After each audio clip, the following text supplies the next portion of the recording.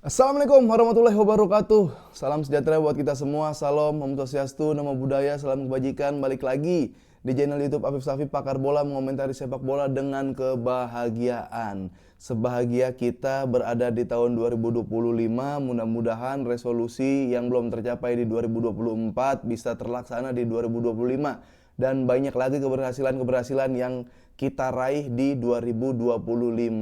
Nah, teman-teman, hari ini gua mau bahas info terbaru ya, isu terupdate seputar Dani Olmo nih teman-teman. Tapi sebelum gua bahas lebih lanjut, absen dulu dari seluruh Indonesia, Sabang sampai Merauke ya. Di absen-absen dari mana aja kalian yang lagi dari luar Indonesia, semua absen-absen boleh. Semoga semua dalam keadaan sehat walafiat. Yang lagi sakit diangkat penyakitnya, yang masih diutangin sama temen segera dibayar utangnya, dan yang masih sekolah, masih kuliah diberikan nilai yang bagus hingga diterima di universitas atau di kantor yang kalian inginkan. Oke, sehat selalu. Hari ini daftar yang gua akan menjadi pembahasannya adalah isu terupdate seputar Dani Olmo, peluang Dani Olmo bertahan di Barcelona, lalu apa yang akan terjadi di Barcelona. Karena apa? Karena ini mulai lagi nih kayak aslinya, jadi perkembangannya gini. Aslinya itu kasus atau masalah atau registrasi kan ditutup 31 Desember. Harusnya ini udah selesai ya. Dan yang terbaru adalah di website Barcelona nama Dani Olmo nggak ada, gitu kan. Terus juga akun resmi dari Barcelona belum nge-tweet apa-apa tentang Dani Olmo, baru nge-tweet latihan pertama, baru nge-tweet ya latihan setelah liburan Natal dan Tahun Baru gitu, baru cuman kayak gitu, belum ada statement resmi dari akun Barcelona gitu. Tapi sekarang udah mulai banyak oposisi dari Laporta. Karena seperti yang gue bilang, Laporta ini di politisi, handal banget. Yang namanya politisi, kalau gue berhadapan sama politisi, head to head nih di depan muka, ya politisinya itu ngambil garam, dijilat, terus dibilang ke gua garamnya rasanya asin. Gua nggak bakal percaya sebelum gua yang mencoba itu garam sebenarnya asin apa enggak. Jadi maksud gua adalah ini berita sebenarnya simpang siur dan ada beberapa orang yang udah tahu kasusnya seperti apa, endingnya seperti apa. Cuma dimain-mainin gimana caranya biar bola nggak sampai di orang yang udah tahu. Kayak gitu. Nah, sekarang posisinya di Barcelona itu udah mulai banyak oposisi atau orang-orang yang mengkritik si Laporta. Ya kemarin calon mantan presiden Barcelona, Victor Font namanya, dia bilang ini apaan sih Barcelona, Laporta gimana sih lu ngambil pemain yang namanya Dani Olmo ya, dengan gampangnya lu ngebuang Ilkay Gundogan. Dani Olmo itu rela menurunkan gaji, dia lebih gede gaji di Leipzig ketimbang di Barcelona. Ya dia datang ke Barcelona, lu kontrak gitu kan, tapi sekarang kayak dia nggak peduliin, bukan nggak dipeduliin, kayak malah lontang lantung. Ya bener juga maksud gua. Kalau Olmo kan Spanyol, dia juga La Masia gitu, kurang cinta apa dia ngerela gajinya itu diturunin dari Leipzig ke Barcelona, main di Barcelona. Tapi sekarang kondisinya kayak gini gitu. Lu kayak terus dia juga bilang kayak lu emang masih percaya Laporta gitu kan. Emang lu masih, kalau misalkan bahkan ada pertanyaan, kalau misalkan Dani Olmo dan Pau Victor nggak bisa diregis, apakah lu masih percaya sama Laporta gitu. Apakah Laporta harus resign? Wah, itu panjang sih jawabannya. Bagaimanapun Laporta ini dibilang ngaruh, ya ngaruh banget, namanya presiden ya. Di tahun kemarin dia mendatangkan Pau Victor, Dani Olmo, sama si satu lagi Vitor Roque ya. Vitor Roque di loan kan ke Betis. Terus si Pau Victor belum dapat kesempatan bermain yang banyak. Dani Olmo udah dapat kesempatan bermain yang banyak tapi susah diregisin. Nah, lanjut ke masalahnya. Karena yang gue bilang tadi harusnya 31 Desember ini udah tutup. Nah ini kan tinggal pengajuan banding dibilang sampai nanti Jumat, dibilang nanti sampai hari Sabtu gitu. Kalau menurut gue ini mah kayak ya udah usaha-usaha yang disok-sokin, tau gak lo, kayak dia kayak sok mengusahakan gitu. Lu tau kan kayak misalkan kayak pilkada ada paslon satu yang menang gitu kan, dia udah ngerayain. Nah yang kalah, suaranya kalah banyak, itu mengajukan banding tentang ada kecurangan pemilu lah, ada kampanye yang selalu merugikan kayak gitu. Jadi nggak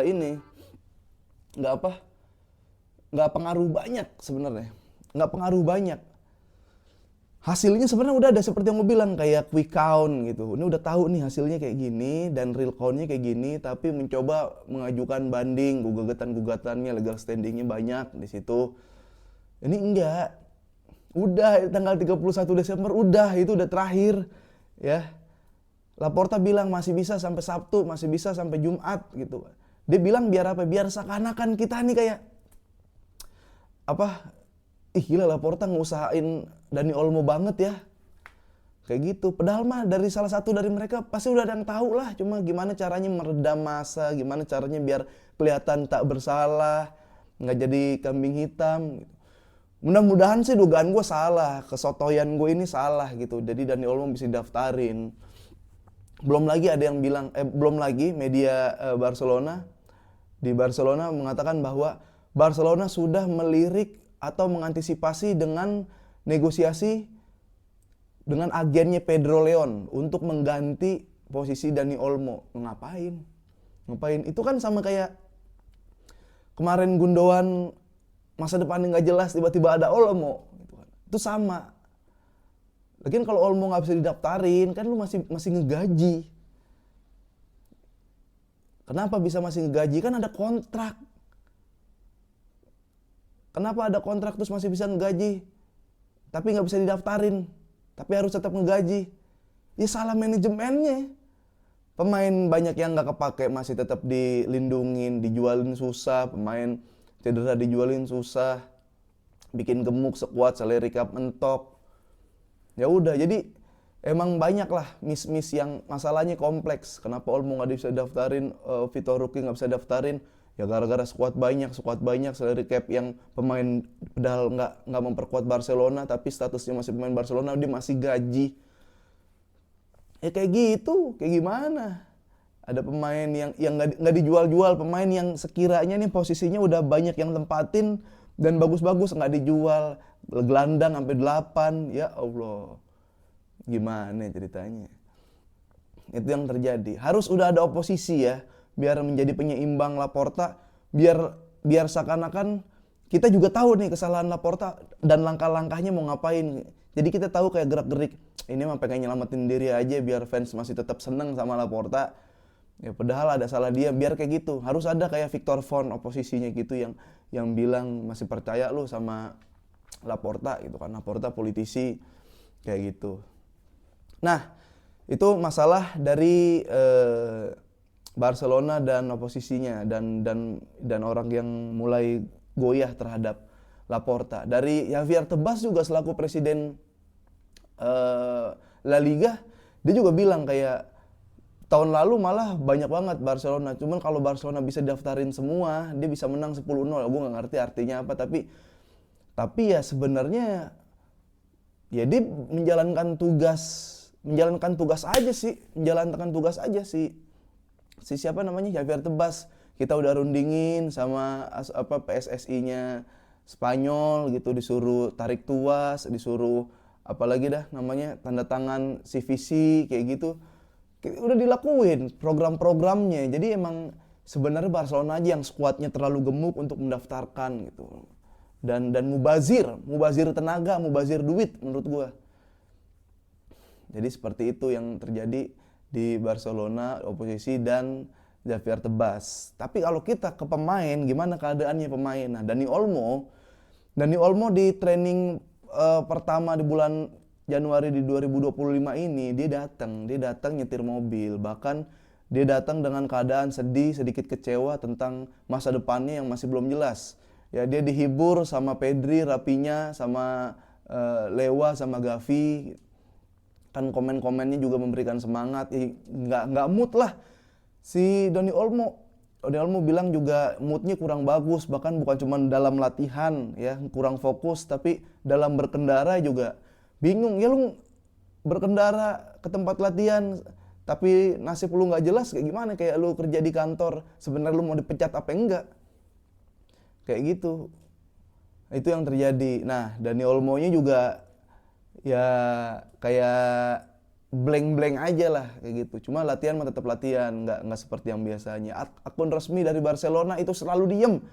Kalau misalkan ada keadaan kayak gini, ada Messi kemarin, Gundogan, tiba-tiba dia hanya posting nanti misalkan Olmo keluar atau Olmo stay. Kalau Olmo stay, dia bakal posting tentang ya udah di apa namanya?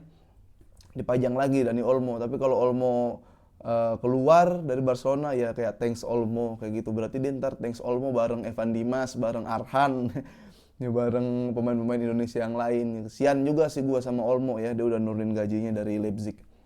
Nah, itu yang terjadi sejauh ini di Barcelona. Sekarang menurut gua dengan pelajaran-pelajaran yang udah pernah gue dapet sih ya ketika ada masalah kayak gini di Barcelona. Yang jelas tuh dulu Figo.